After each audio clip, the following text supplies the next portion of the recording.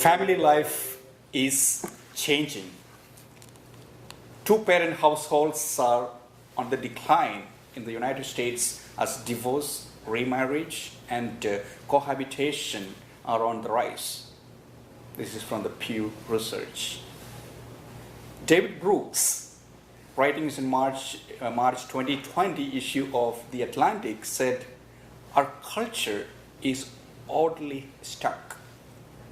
We want stability and rootedness, but also the liberty to adopt the lifestyle we choose. We have seen the wreckage left behind by the collapse of the detached nuclear family. And yet, we can't quite return to a more collective world."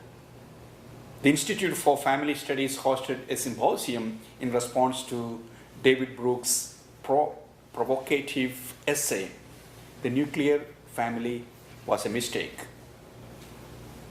which was published in The Atlantic. Wendy Wang and Brad Ford, followed by Rod Brecher, who argued that the nuclear family without a religious foundation was destined to die. Needless to say, the survival of the nuclear family is at the crossroads. Ezekiel's vision of God restoring life to the dry bones serves to remind us that even when we feel we are without hope, God can restore us to new life. For the Israelites, the dry bones represented their spiritually dead condition. For us, they may represent our family and our church. In this time of lockdown, your church may not have had masses, or if they did, you had to sit in alternate pews and you couldn't sing. It may seem like a heap of dry bones to you.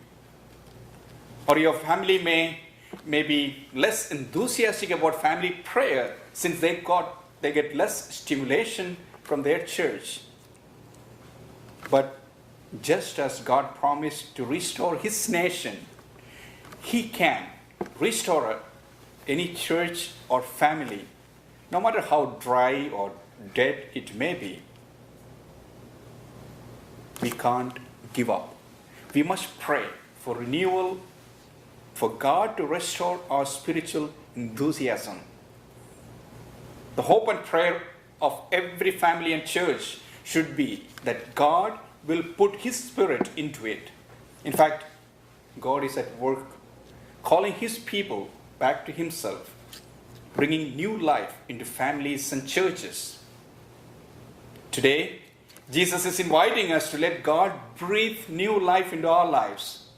Rather than worrying about all we should not do, we should concentrate on all we can do to show our love for God and others.